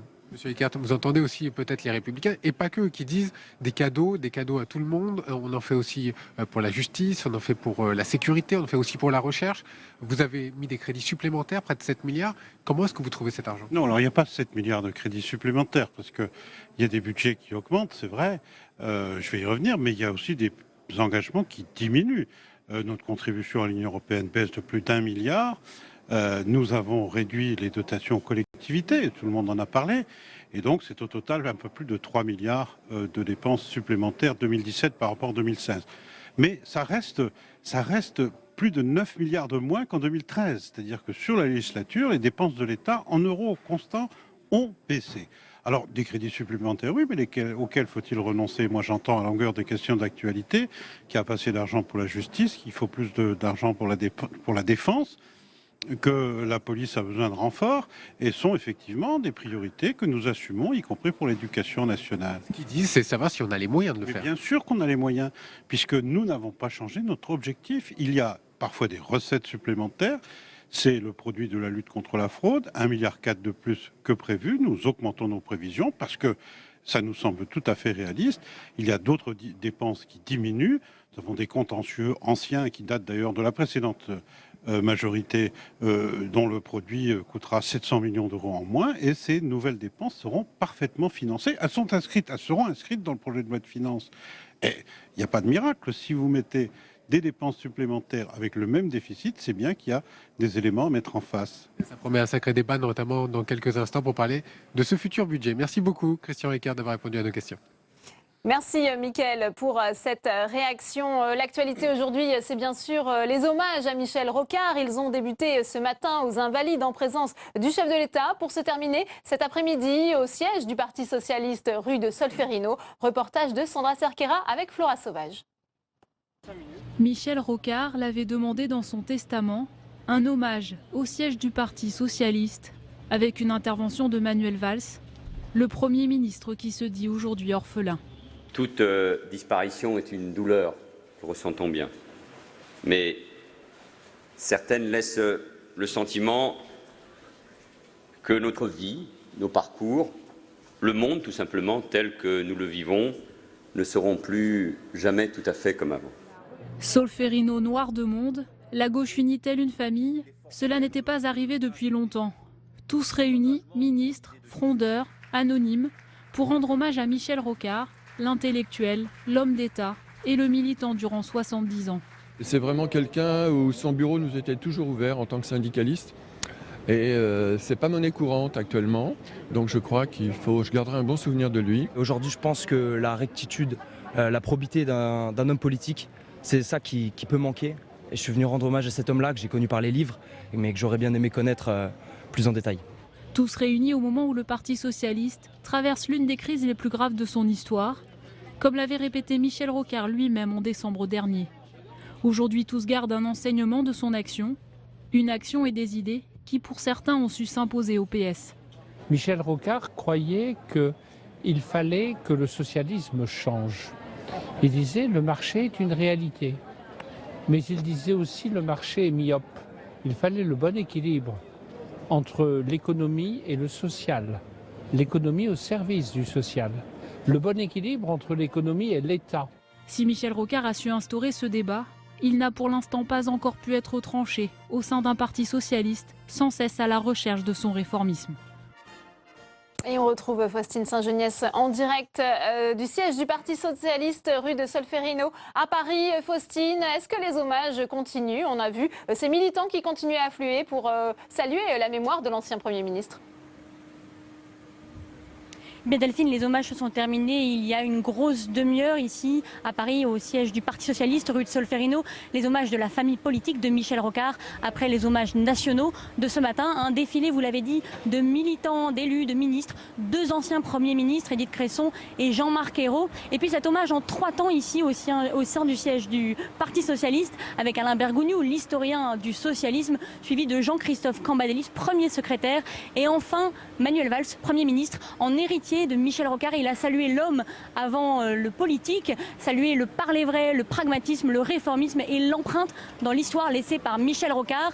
Après une Marseillaise et un tonnerre d'applaudissements, les mauvaises langues peut-être ont pu se délier. Manuel Valls parle de lui-même, parle de Michel Rocard pour mieux parler de lui-même, diront certains, quand certains militants regrettent que tout le monde se revendique rocardien sans nécessairement disposer des qualités, notamment du dialogue social que prônait Michel Rocard, un clin d'œil évident à l'actualité. Bref, vous l'avez vu, la famille socialiste s'était enfin réunie ici pour dire au revoir à l'un des siens, une union qui aura été de courte durée. Merci beaucoup Faustine pour ces précisions. Retour en plateau avec Luc Carvounas et Philippe Dominati qui nous a rejoint. Bonjour, sénateur socialiste de Paris. Vous étiez aux hommages, Luc Carvounas, à l'ancien Premier ministre Michel Rocard. On a vu à la fois le discours de François Hollande, très solennel mais aussi très politique, le discours de Manuel Valls en écho à l'actualité. C'était aussi finalement 2 discours à la classe politique, à la gauche aussi.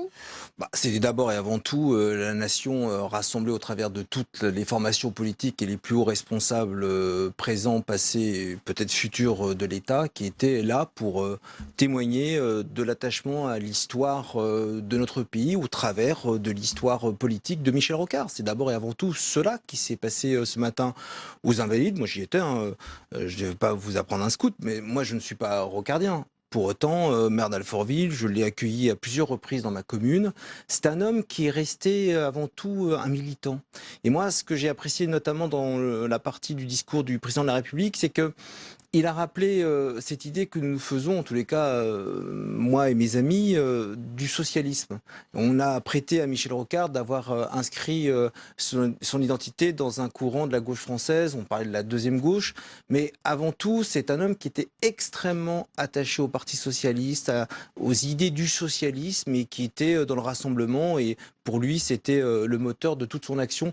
Après, on a pu être d'accord, pas d'accord avec ce qu'il a porté, c'est le rôle d'une démocratie, mais en tous les cas, moi ce matin, ce qui nous rassemblait les uns et les autres autour de son cercueil, c'était cette envie de saluer l'homme d'État qu'il a été, comment il a apporté des choses à notre société que tous ont jugé positives, sinon il n'aurait pas été, à mon sens, présent ce matin. Oui. Philippe de Menabti, on a vu cet hommage républicain ce matin aux Invalides.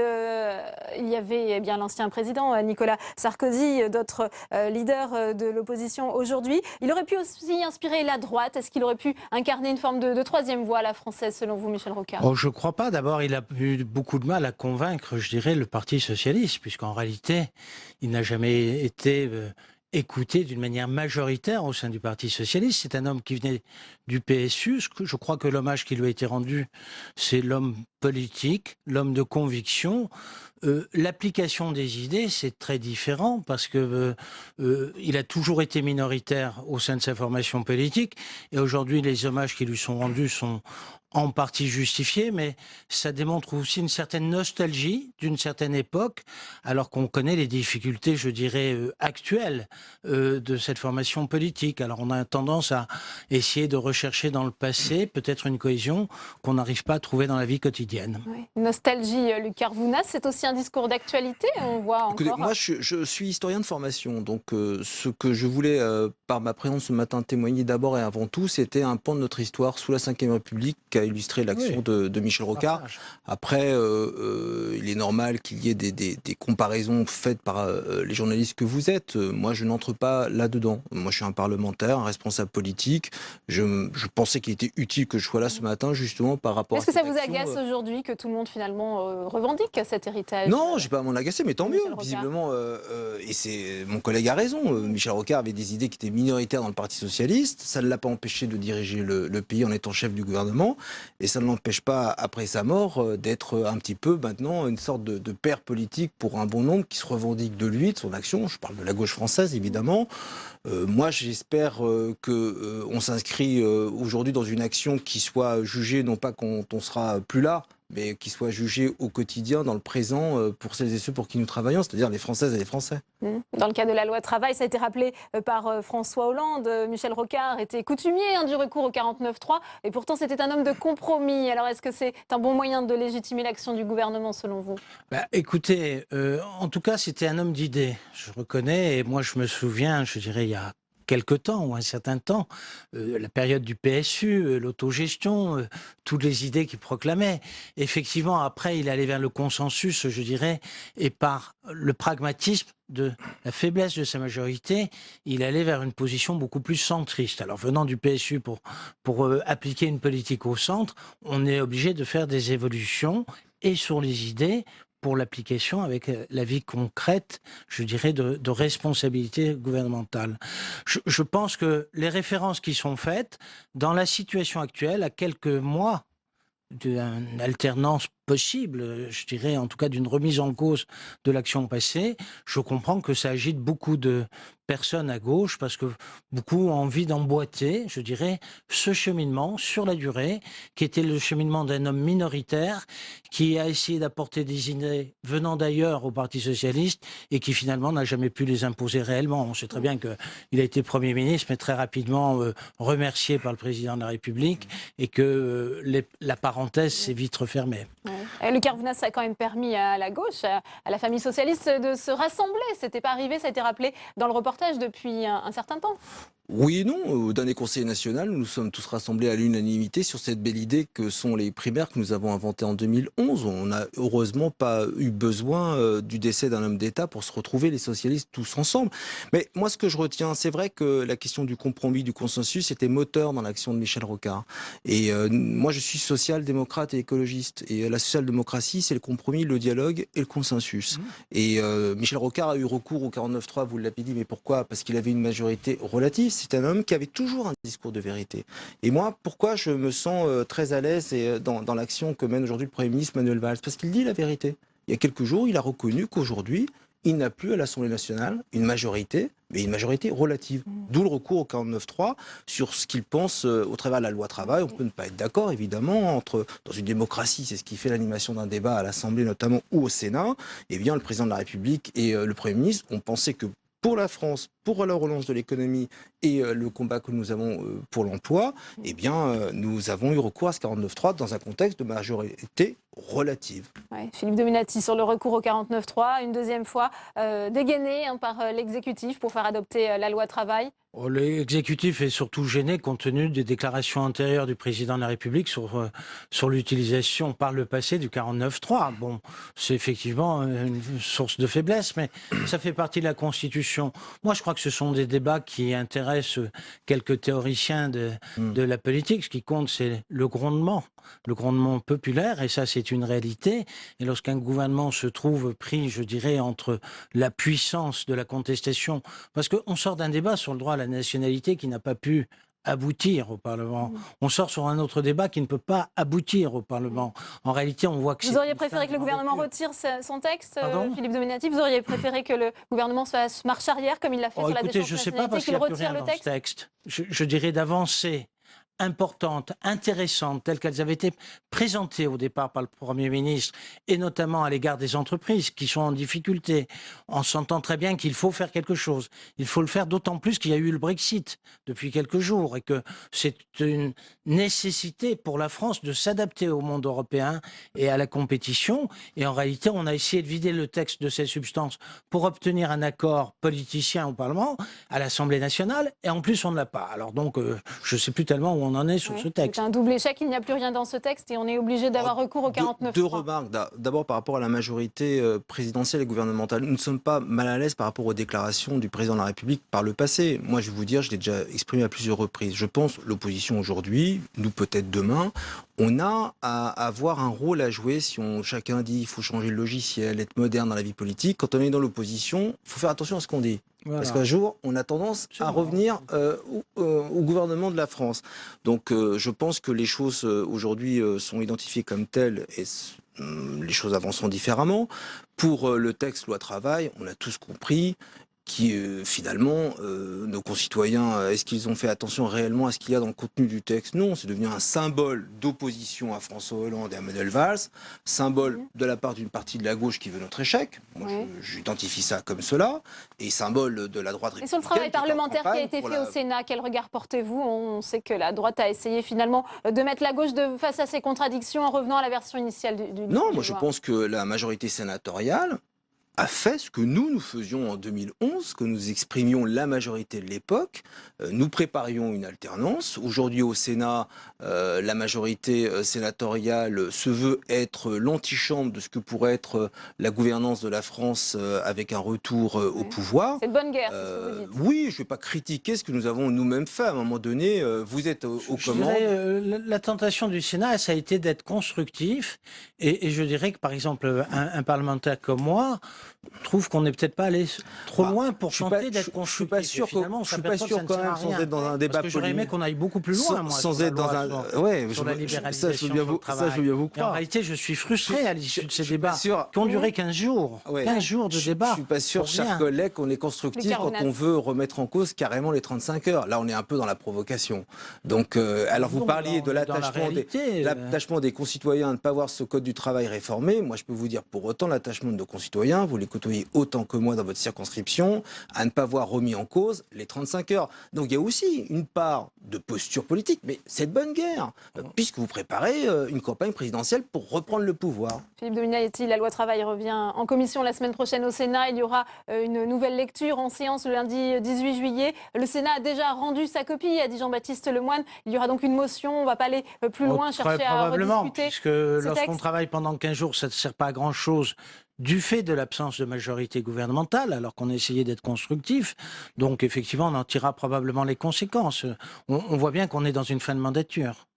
Ce quinquennat, en tous les cas, quoi que soit son résultat au bout du compte, aura permis aux yeux de nos concitoyens d'être un grand cours d'instruction civique. Nos compatriotes ont découvert ce qu'était finalement la fabrication d'une loi. Trop souvent, jusqu'à encore il y a 5 ans, on pensait que quand un texte arrivait en première lecture à l'Assemblée nationale et qui était voté, la loi a été votée. Même les médias laissaient entendre que c'était le cas. Eh ben non, il y avait aussi une première lecture au Sénat, et puis une navette, deuxième lecture. En tous les cas, ça pose en fond la problématique du fonctionnement en 2016, 2017 et pour l'avenir de nos institutions. Moi, je ne suis pas de ceux qui veulent balayer d'un revers de la main la Ve République. Elle fonctionne bien. Peut-être qu'on peut quand même un petit peu la moderniser dans son fonctionnement. Et je pense, là, à gauche comme à droite, que ça fera, sans être l'alpha et l'oméga des campagnes présidentielles, une partie des propositions, à mon avis, des différents candidats à l'élection présidentielle pour l'avenir. Ce sera l'occasion d'un autre débat, cette réforme des institutions. Merci Philippe Dominati, merci Luc Carvounas. C'est la fin de cette édition. Merci à tous de l'avoir suivi. Très bonne suite des programmes sur Public Sénat.